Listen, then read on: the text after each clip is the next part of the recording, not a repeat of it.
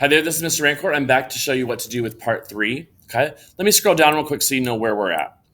So once you fill this whole entire thing in, and notice mine isn't filled in yet because I didn't want to do that for you. I want you to actually do the experiment or the lab yourself. But once you get all of this done, then you're going to take all this information and you're going to actually draw a critter. So it's very similar to what we just did with dragon genetics. Okay.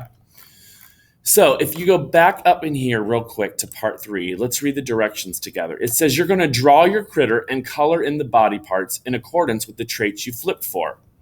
You may draw your critter on a piece of paper and take a photo of your completed drawing to submit digitally, or you can use a digital tool of your choice, like Chrome Canvas, Sketchnote, Google Keep, whatever, okay, to draw your critter, all right? And you're going to add that drawing right there. So if you draw it on paper, I need you to insert the picture right here, okay? If you draw it on Canvas, I need you to insert the picture right here. It needs to go in here. If it's not in part 3, I can't grade it, and you won't get credit for that part of the lab, okay? So please make sure that you do that. Then, when you're done with that, actually, I'll go ahead and put part 3 and part 4 in the same video. You're going to complete the analysis questions. Okay, so part 4 says that you need to complete the analysis questions 1 through 6 below. Remember, all responses must be written in complete sentences, and I want you to write them in blue font for me so that way I can see them. Furthermore, recall, I will not grade incomplete work.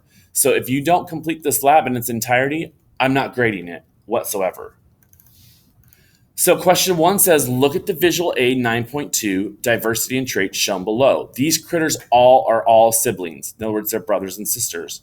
You need to tell me what are their similarities and differences. Again, if you don't write that in complete sentences, I'm not grading it. You don't get credit for it. Okay.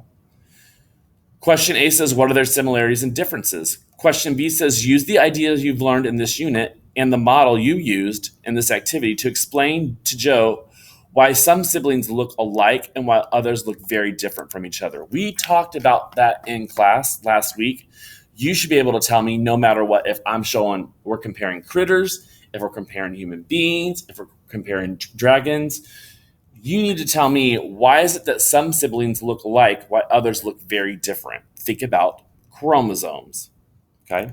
Question 2, which characteristics show a simple dominant or recessive pattern like tail color? And create a data table to indicate which version is dominant and which is recessive for each trait. So I want you to create a data table that shows me what is the dominant tail color, what is the dominant leg color, what is the dominant eye color, nose length, tail color, tail style, antennas, spikes, and calling behavior. So you're going to create something very similar to this. I do not want to give you any more instructions or help on that. I want you to see if you can do that yourself. All right. Let's go back down here real quick. Just to make sure I don't forget anything. Insert your data table below, and then you need to answer questions 3, 4, 5, and 6 to the best of your ability. Thank you.